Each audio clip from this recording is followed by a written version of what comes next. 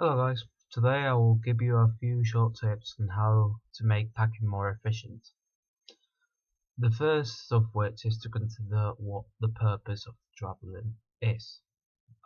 It's not the same to go for a holiday than to go for a business meeting, so the kind of clothes and equipment you will bring with you will depend highly on what kind of trip, what the purpose of the trip is. Then you also need to consider the destination.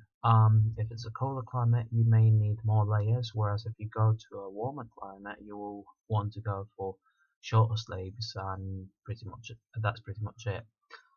In the case of cold countries, I would recommend various layers instead of only of a thick one, because you will not sweat every single one of them, so you can reuse some of the old outer layers, as well as being able to regulate the temperature much better than with a thick one, because you can just take on and off as many layers as necessary to make yourself comfortable.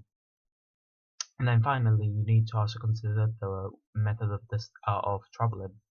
It's not the same to go by car, by bus, by plane, by boat. Each has its own regulations, so depending on that, you will be able to carry one kind of bag or another. This brings us really to the world of bags. If you are going to be staying in one place for a certain amount of time, a suitcase is ideal. For different kinds of travel. However, if you're gonna keep moving from one place to the other, you don't really want to have a suitcase because you'll only be dragging it about throughout the city or whatever place you are in for the whole day. So it's genuinely not worth it.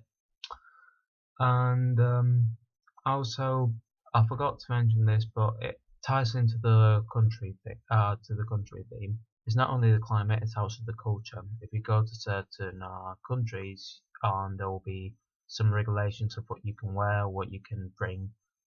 There's some countries, for instance, that will not allow you to bring any alcohol or just small quantities of alcohol to the country for private use.